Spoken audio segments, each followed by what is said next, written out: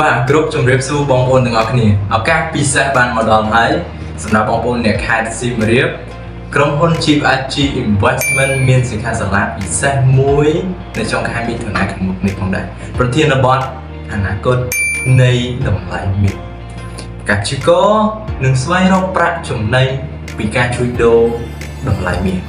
អត្ថប្រយោជន៍ដែលបងប្អូនទទួលបានមានជាច្រើនដូចជាទី1ចំណេះដឹងពីការព្យាករណ៍ទីផ្សារនិងផែនការជួញដូរហើយទី2យុទ្ធសាស្ត្រកំណត់ប្រាក់ចំណេញហើយទី3របៀបកំណត់កម្រិតហានិភ័យហើយទី4មានការផ្ដល់ជូនជាច្រើននិង promotion ពិសេសកុំភ្លេចជួបគ្នានៅថ្ងៃទី29ខែមិថុនាឆ្នាំ2024វេលាម៉ោង 1:00 នាទីរហូតដល់ម៉ោង 4:30 នាទីរសៀលទីតាំងកណ្ដាលទីក្រុងសៀមរាបសន្តាគារ Ambers Angkor Villa បាទអរគុណច្រើនបងប្អូនទាំង GFG Investment Now everyone can get gold